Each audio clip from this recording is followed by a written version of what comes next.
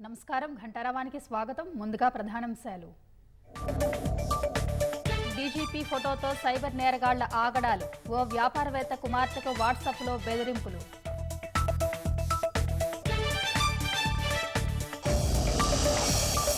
మేడిగడ్డ, సుందిళ్ల, అన్నారంలో తాత్కాలిక మరమ్మతులు. రైతులకు నీరందించేలా ప్రత్యామ్నాయ ఏర్పాట్లపై సర్కార్ దృష్టి. పట్టభద్రుల ఎమ్మెల్సీ ఎన్నికకు ప్రచారం ముమ్మరం. సన్నాహక సమావేశాలతో ఓట్ల వేట సాగిస్తున్న అభ్యర్థులు.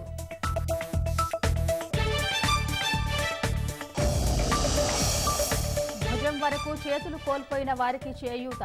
కృత్రిమ పరికరంతో కొత్త జీవితమిస్తున్న జర్మనీ సంస్థ.